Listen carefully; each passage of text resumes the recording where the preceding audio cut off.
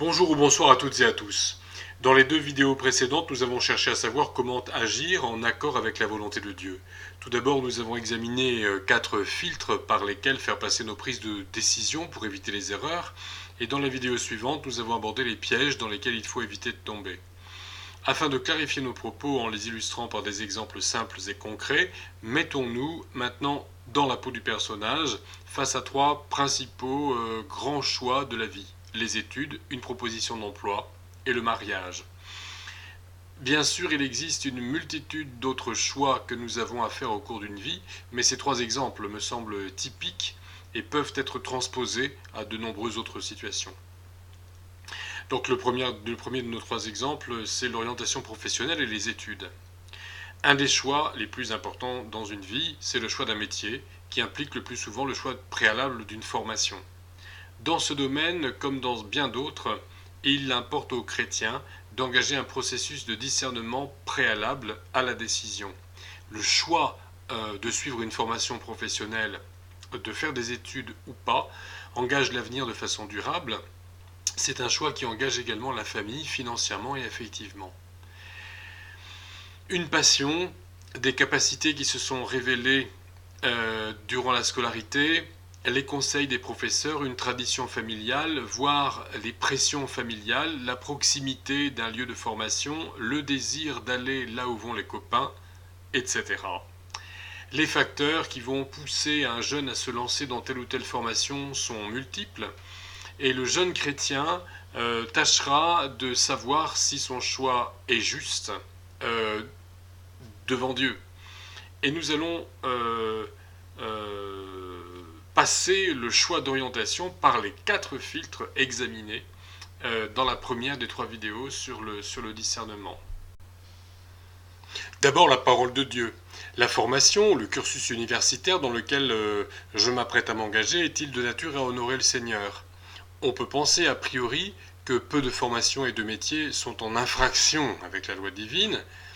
Cependant, il y a des carrières qui méritent une réflexion éthique. Par exemple, un jeune qui s'apprête à devenir militaire doit s'assurer qu'il pourra mener sa carrière en accord avec sa foi. Une carrière artistique peut impliquer la fréquentation de milieux peu propices à la vie chrétienne, de même que la finance, la recherche scientifique, etc.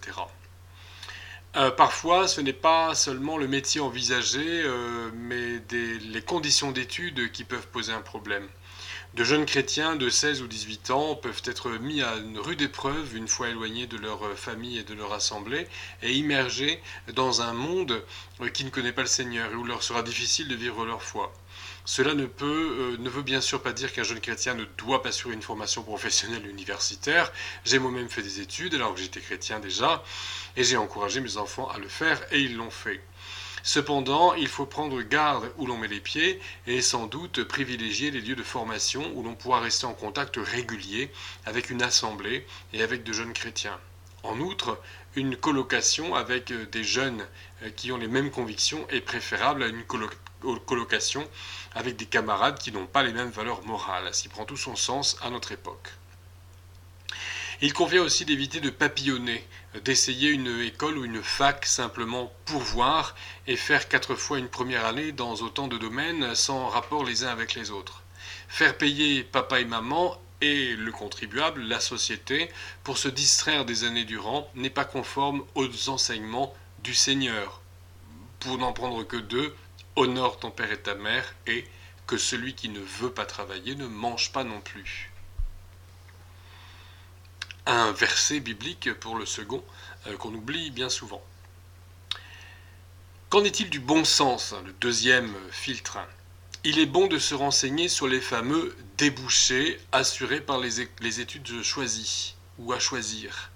Quitte à s'engager à faire des études des années durant et à mettre des parents sur la paille, comme ça peut arriver, autant le faire dans la perspective que les études choisies aboutissent à de véritables opportunités professionnelles. Une fois les études commencées, jusqu'où faut-il les mener? Faut-il les poursuivre pour s'assurer un avenir professionnel plus intéressant ou simplement par l'orgueil d'avoir de meilleurs diplômes? Troisième filtre, les sentiments. On peut être transporté de joie à l'idée de faire les études envisagées ou conseillées, mais on peut aussi être très abattu à l'idée de renoncer à un autre projet.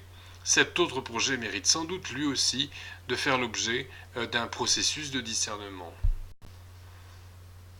Quant au quatrième filtre, il est bon de se demander si l'on a vraiment envie de faire durant 40 ans le métier ou l'un des métiers sur lesquels débouchent les études envisagées.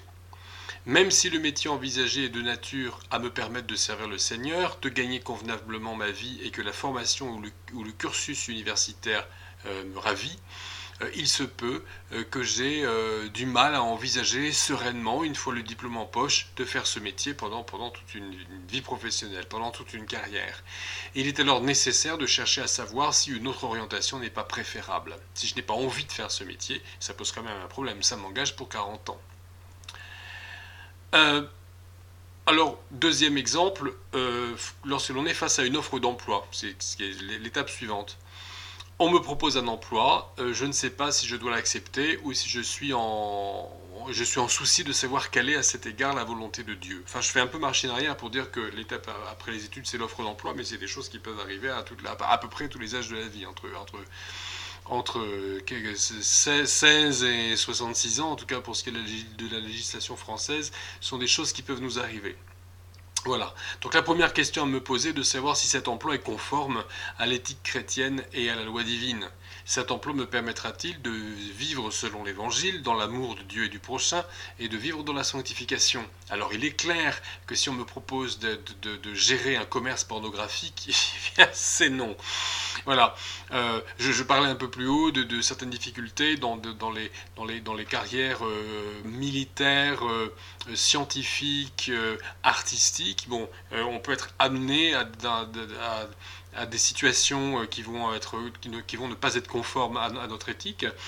Et pour ce qui est de la carrière artistique, également à fréquenter un milieu qui est quand même assez difficile. Voilà. Donc ce sont des choses auxquelles aussi il faut penser.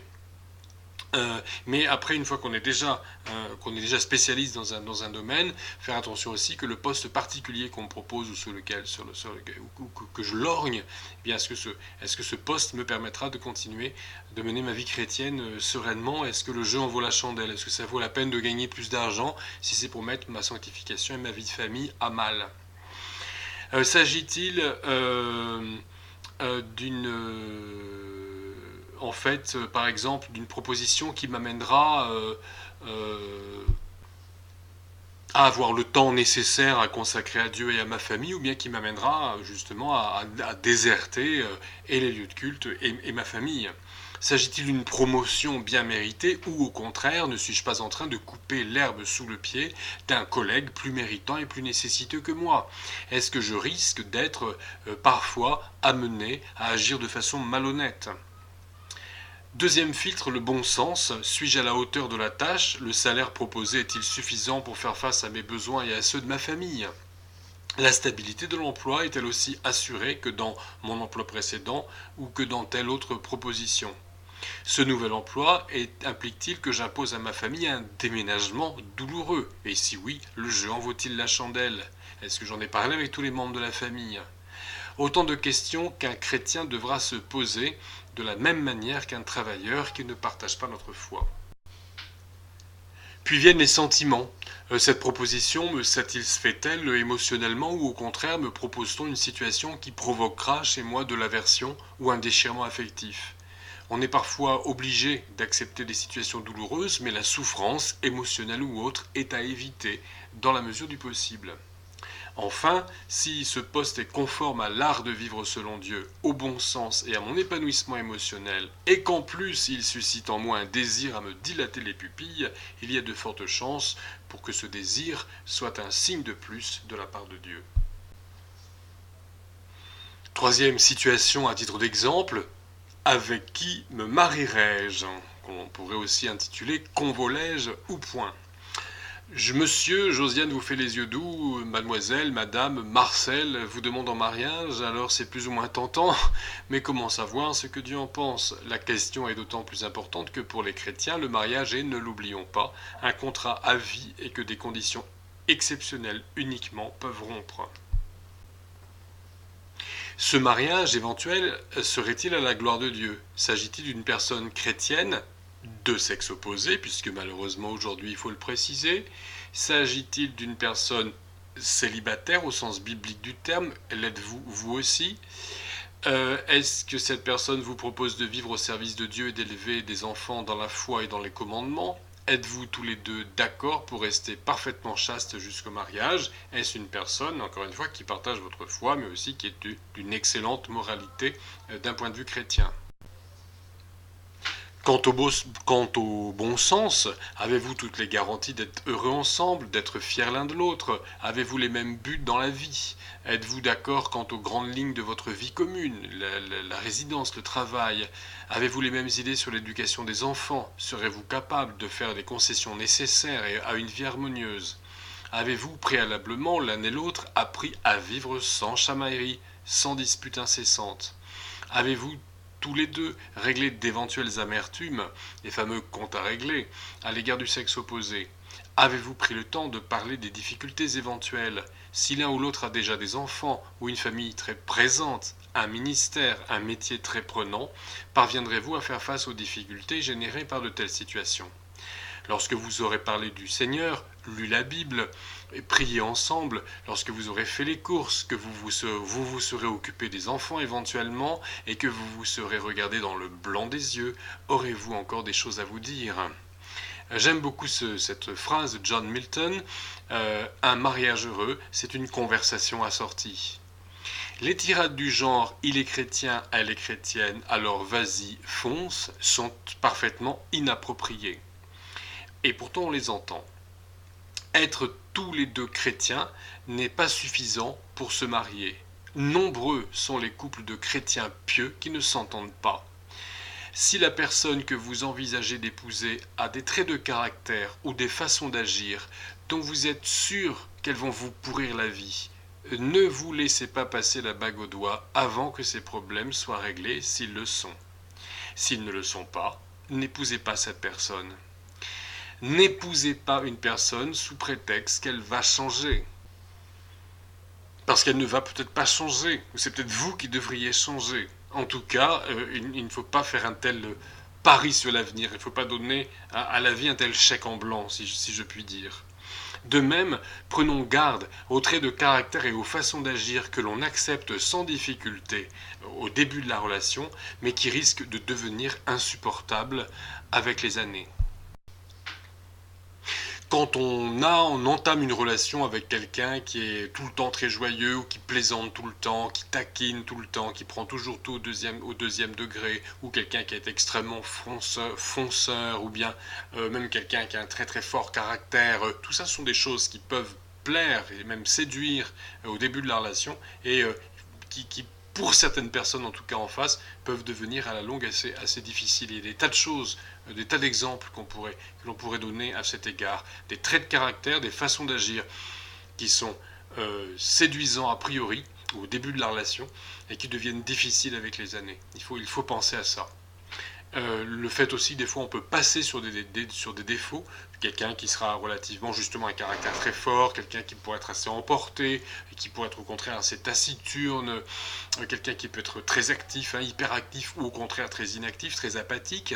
On vous dit, bon, je vais le supporter, ou je supporte, ce n'est pas un problème. Et puis on voit des gens, après quelques années, qui ne supportent plus leur conjoint, parce qu'elles sont, au début de la relation, au moment du mariage, passées outre des traits de caractère qui, avec le temps, s'avèrent insupportables.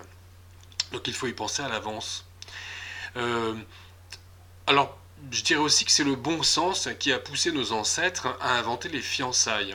Dans une société où, dans leur immense majorité, les gens ne se marient, enfin, en tout cas, les gens qui se marient ne le font qu'après des années de concubinage, les fiançailles ont perdu leur sens.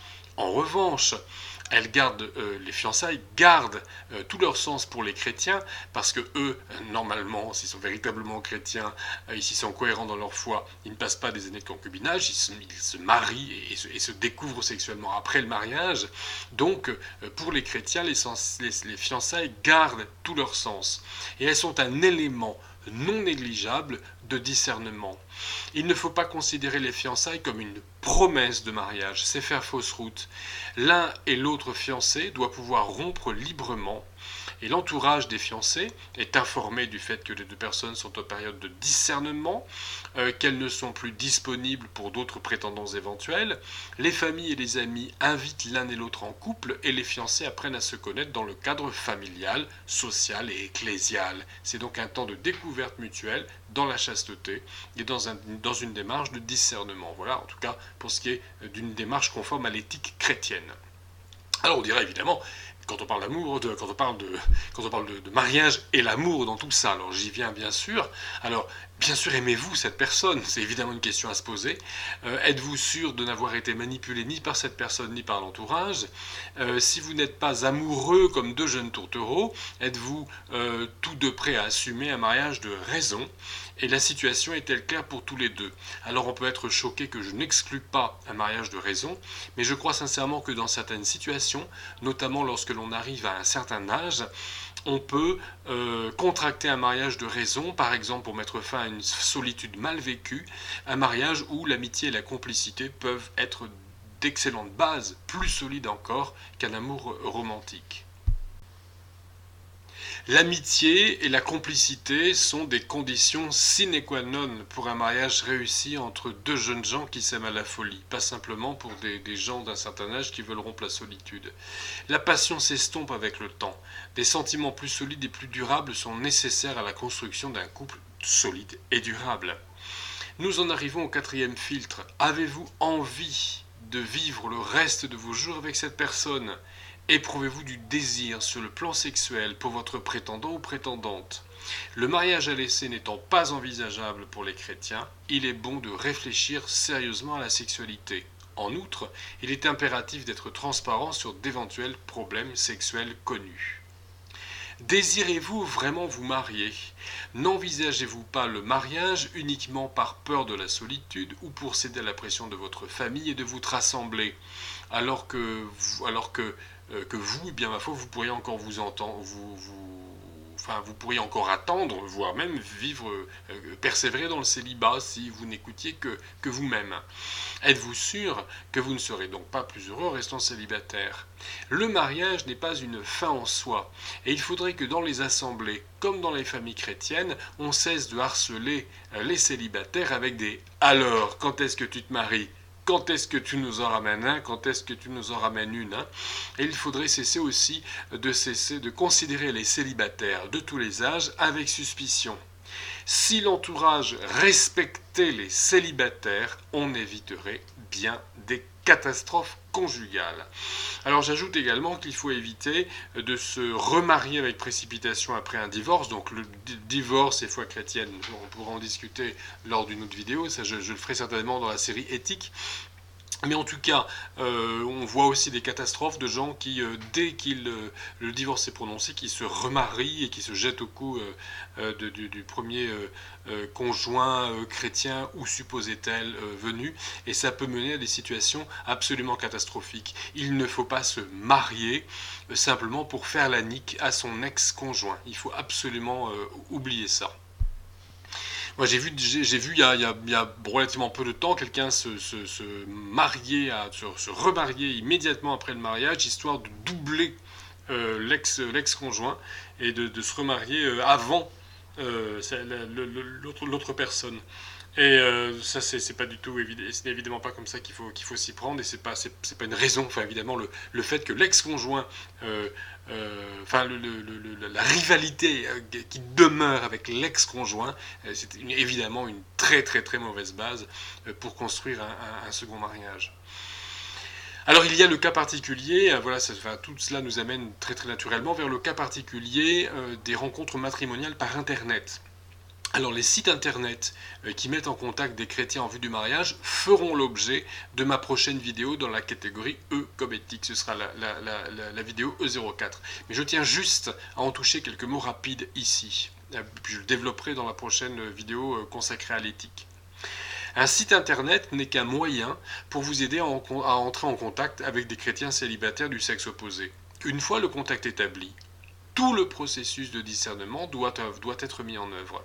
Alors j'ai accompagné bon nombre de célibataires chrétiens et j'ai constater que beaucoup ont la fâcheuse tendance à penser que parce qu'un contact a été établi sur Internet, parce que l'autre personne a cliqué sur Flash ou semble, selon les critères du site consulté, correspondre à leurs attentes ou à leur idéal, eh bien ça y est, Dieu a parlé.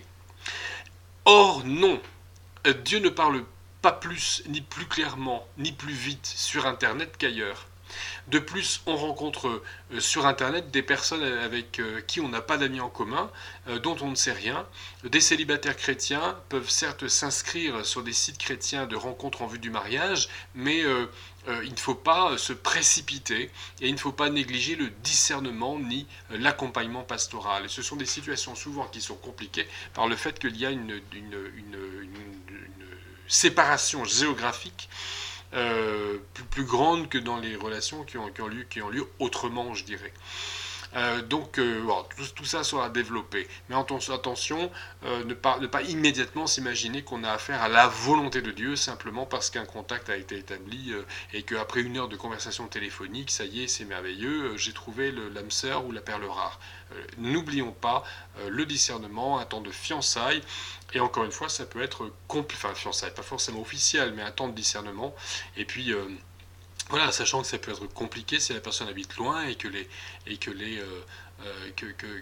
finances ne nous permettent pas forcément de nous déplacer tous les week-ends. Donc on y reviendra largement. Alors voilà, je vais faire une conclusion générale sur les trois vidéos relatives au discernement et au fait de faire la volonté de Dieu. D'où me viendra le secours? Le secours me vient de l'Éternel qui a fait les cieux et la terre, est-il écrit. Il est écrit aussi, l'Esprit nous aide dans notre faiblesse. On peut légitimement penser que seul, il est bien difficile de mettre en œuvre cette méthode de discernement et de prendre les directives divines, de comprendre les directives divines, d'évaluer une situation à la lumière du bon sens, de donner à mes sentiments et à mes désirs la place qui leur échoit.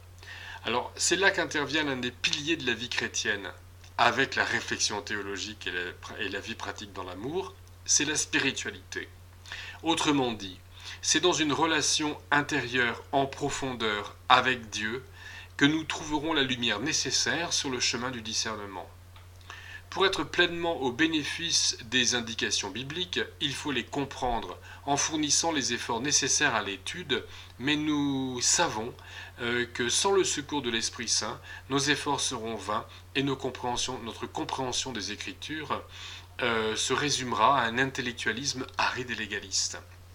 Alors sans l'Esprit Saint, notre intelligence ne sera pas renouvelée, nos sentiments et nos désirs ne seront pas sanctifiés.